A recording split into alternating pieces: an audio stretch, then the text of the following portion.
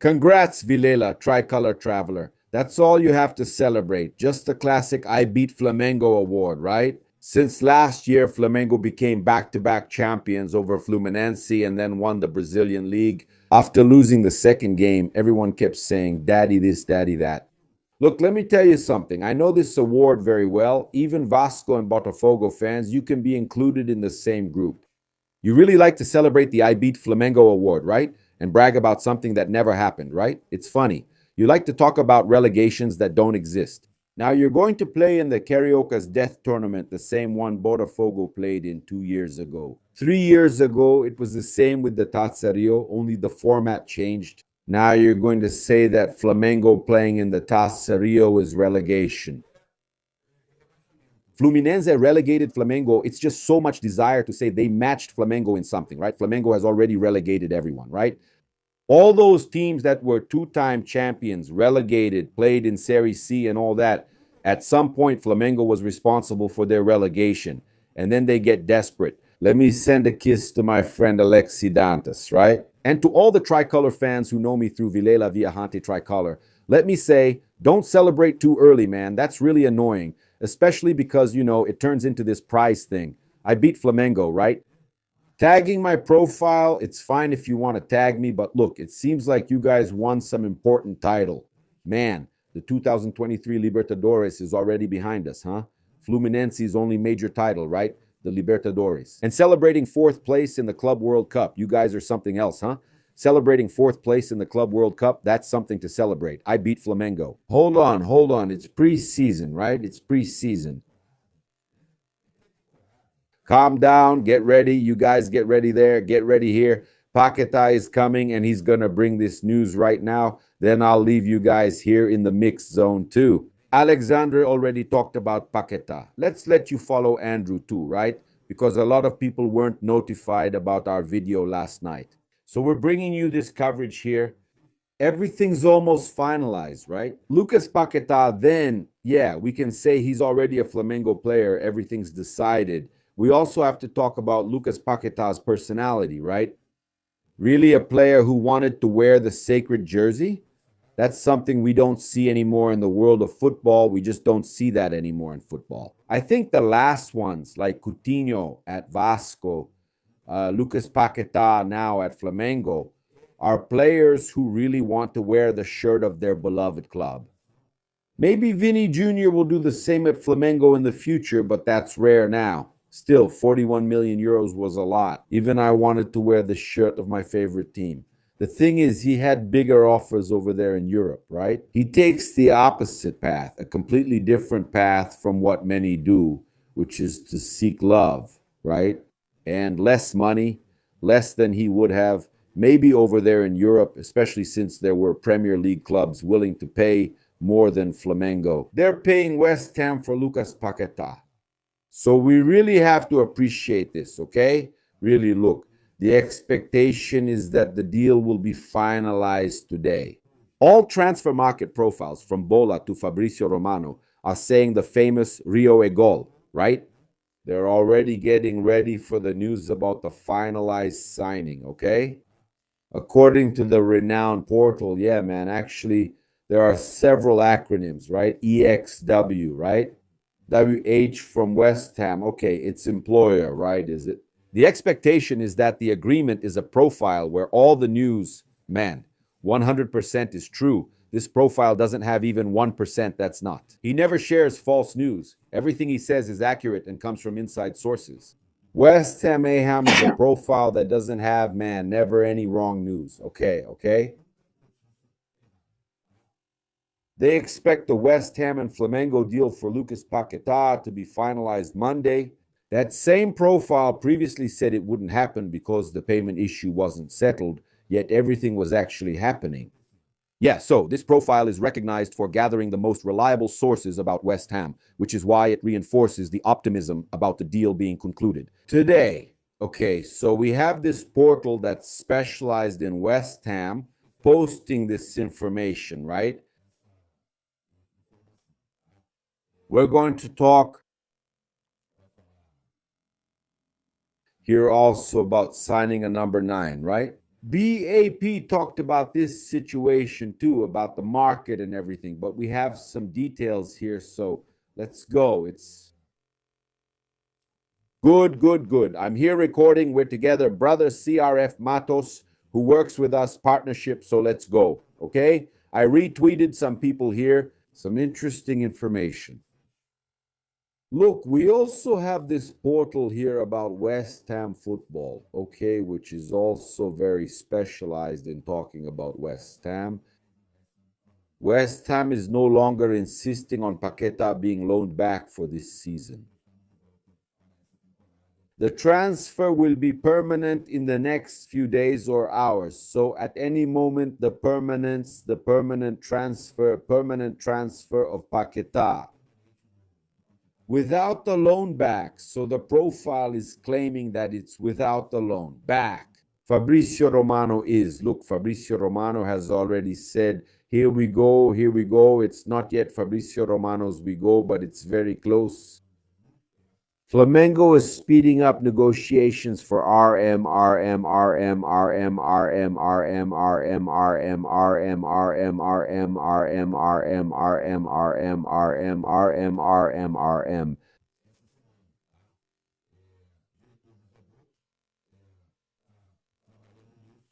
RM, RM. RM, RM, RM, and they want Paqueta to join Flamengo now, not in June. Talks continue, but the deal should close soon. Real Madrid, everyone who covers the S rank, who covers the transfer market in Europe, they're all saying that Paquetá will be a Flamengo player. One thing needs to be valued. Reporter Leo Jose writing, I'll bring here what Leo Jose and CRF Matos said about this negotiation. I think it's important for us to bring this up here. One thing that needs to be valued in this saga is Lucas Paquetá's personality. He consistently told West Ham directors he wanted to return to Flamengo and was always clear about his intentions. At first, he let the club take the reins, but after he saw how tough things were, he took a stand again. When West Ham considered the sale with the requirement of a loan until mid-year, Paquetá made a point of stressing, hey, not like that, man. Lucas Paquetá's stance is very important. Leo Jose is absolutely right. That's what I was saying. You don't see this kind of move from other players, do you? Do you see it with Coutinho at Vasco, even though he's not doing well there at Vasco? But do you see that he really wanted to come back to where he loved, to his favorite team? That rarely happens. Usually it's like Gerson, who joined Cruzeiro and claimed he'd always dreamed of playing there. For God's sake, Gerson.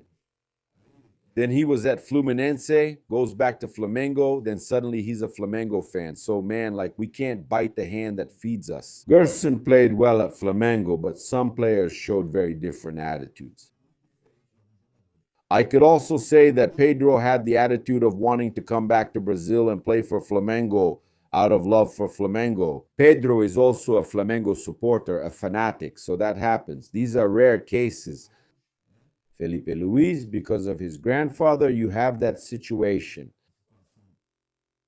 Also with Danilo, who dreamed of playing for Flamengo. These cases exist, but they are rare cases, both at Flamengo and Vasco, and they are rare cases at Fluminense. You also have some players who came back because they wanted Marcelo and everything else. But man, it's not common. It's not common to still have that love for the jersey in football.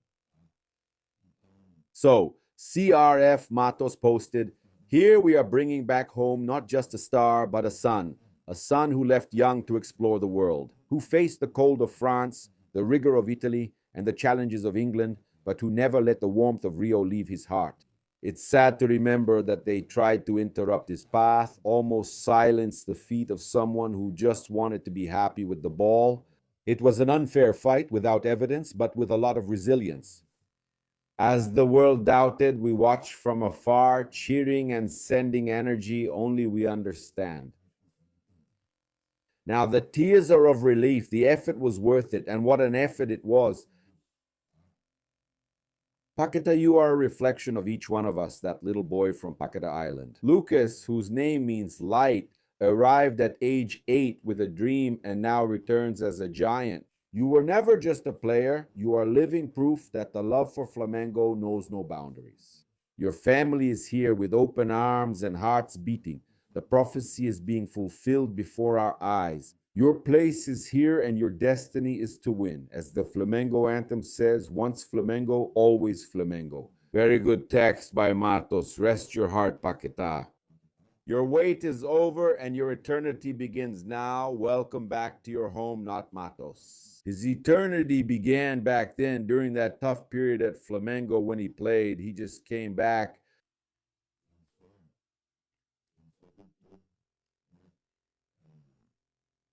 Flamengo became part of that eternity along with Mengao. Now I'm really happy, man, with Lucas Paquetá's return. Really happy. And Flamengo is still going to sign more players.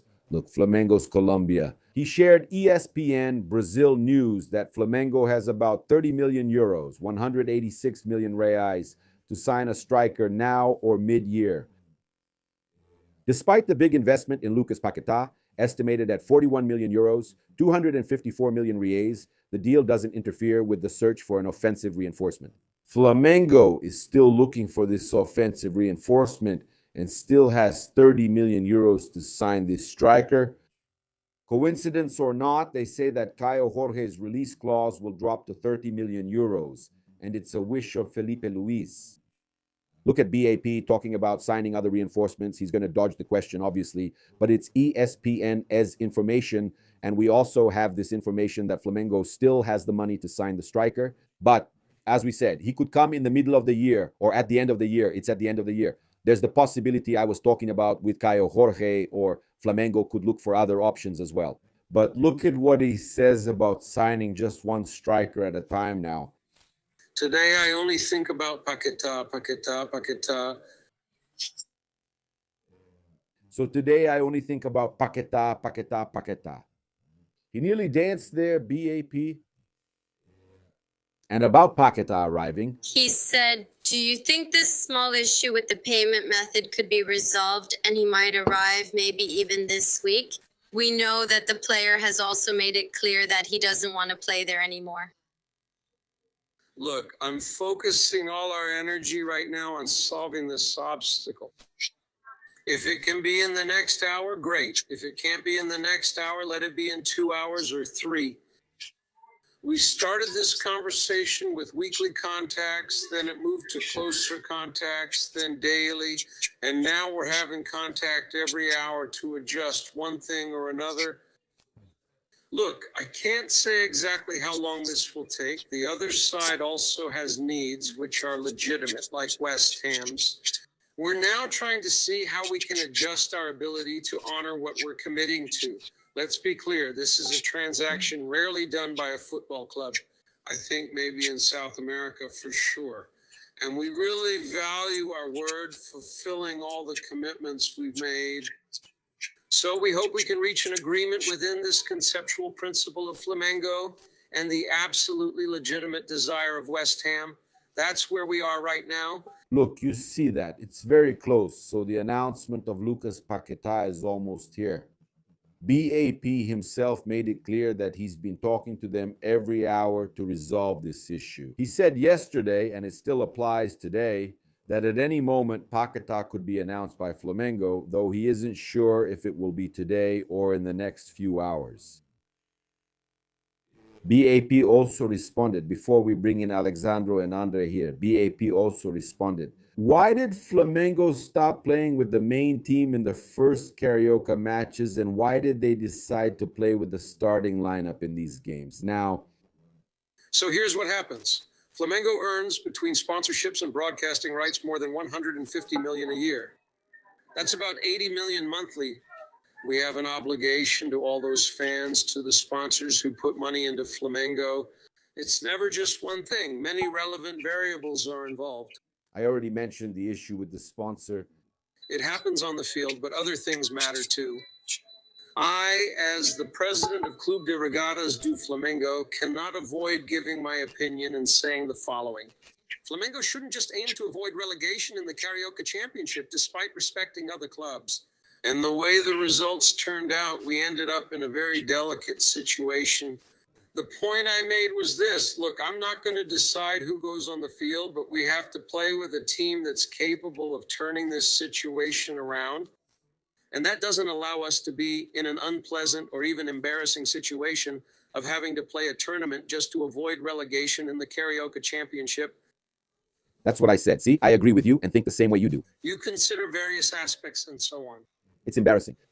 Flamengo came back from vacation on January 12th. Other clubs came back on the 2nd, on the 5th, so we were confident in what we were planning to do, but the circumstances, there's no rigid planning and planning. It's a guide you have, and you have to be prepared to be flexible and make the adjustments that any plan requires. That's exactly what happened, no more, no less. It's a real issue. As he said, we discussed it yesterday. It's Flamengo's jersey. The president is making statements, and we're calling it shameful. This can't continue. To play in this tournament, now that it's possible, you have to win. Sampaio Correa also needs to hope for favorable results from other matches. Has to hope for other results here. But what now? Sampaio Correa will need to win. I believe they'll win, but they have to count on help from these other teams here. Just kidding. Let's follow Alexander and Andrew. Good evening. You, as an experienced player with a career full of competitions and many titles, how do you see the team? What do you think? This somewhat adverse moment in the Carioca Championship, now a loss, but mainly the standings. In the next round, Flamengo won't play because they've already played. How do you all see this moment? Are you already internally concerned, and how do you all handle that? Also, so it doesn't affect the other competitions you'll be playing in at this time? Hello, good evening. We know that Flamengo's situation in the Carioca standings is a bit delicate right now.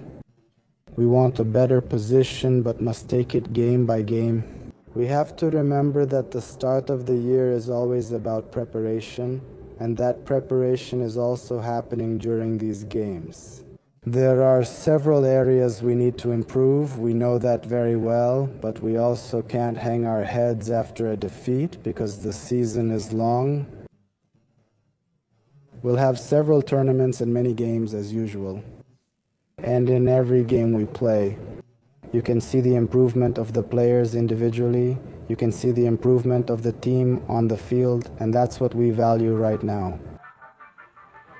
Alex, at the beginning of these games, you didn't play against Flamengo, right? Ayrton Lucas is also still recovering from an injury. Daniel Sales was the player who stayed there on the left side, playing out of position. I wanted to know, how has the conversation with him been, even though he's not a player for that position? Have you been supporting him there, especially during the game against Vasco when he came in?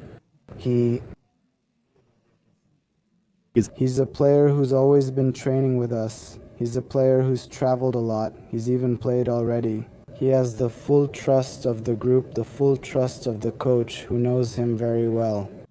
And he's a player you can see is growing. He's getting better and better. And I'm sure he already has a brilliant present, and for the future, I'm sure he'll keep being brilliant. Alex, good evening. I haven't even seen this crazy schedule. You guys are in the Carioca Championship, the Brazilian Championship, the Brazil Cup, and you, as a possible player who will be called up, will also play in the World Cup. How do you handle it? What do you do, since you're a bit older, to take care of yourself and make it to all these games, to reach the end of the season in good shape? First, the schedule in Brazil has always been hectic, which isn't new. I think all the players, especially those who have always played here, are already used to this schedule. With the trips, the condition of the field, the temperature and everything else, but we have to be prepared. As you mentioned, tomorrow I'll turn 35. Thank God. Congratulations. Thank you. And that's how it is. The older you get, the more you have to take care of yourself, the more you have to train. That's the truth, because I can't go out racing with the 18-year-old kids. Danilo and I, we always joke around a lot about this. So as for age, I feel good. I feel like I can still improve until the end of my career. My opponent will always be myself, because this year I want to be better than I was last year. So that's why every day I dedicate myself to taking care of my body, taking care of my sleep, and taking care of my diet. That's the foundation for great performance. Thanks everyone, but not this for the press. The press is the one that needs to have a barbecue with you. Thank you everyone. Paquetá talks about Paquetá, about his arrival. The expectation, honestly, is high. Let's talk about the fans. I'm sure that if it really works out, Paquetá coming here, he'll be a player who's going to be well received, a player who will add a lot to the group. He knows the club and city well, and Flamengo will always welcome Paquetá. Thanks, everyone. Andre, even with the negative result, you had a good performance, made some good saves there. I wanted you to talk about your debut. I know your debut wasn't the way you wanted since it came with a loss, but I'd like you to evaluate your debut a little. It's a debut that brought a lot of lessons. I believe that in the next game I won't be as nervous because it won't be a debut anymore. Overall, I was able to contribute to the team, keep the team in the game for most of the time, and at every moment I was close to them and I was able to keep them focused on the match. Andre, at the beginning of the match, I noticed that Rossi talked a lot with you during the warm-up. Did you guys have a chat? He wanted to know what it's been like working with Rossi these days. What's it like working with Flamengo's goalkeeper? Yes, we've talked a lot since I arrived, not just today. He's a highly experienced goalkeeper who deserves credit and has constantly helped me adapt with the game plan and challenges, especially since derbies are always open and tough matches. We kept talking to stay calm and play a steady, safe match, and that's what happened. And Andre, let me ask you a question. With this short time you've been training with Felipe Luis, Rossi plays a lot with his feet. Do you as well? I wanted to know what you've already managed to pick up from Felipe Luis's work. The training sessions, how are the training sessions going there? Felipe Luis's tactical system gives us many passing options. Very good. That makes our game easier. We just have to keep it simple, do it well, and help the team.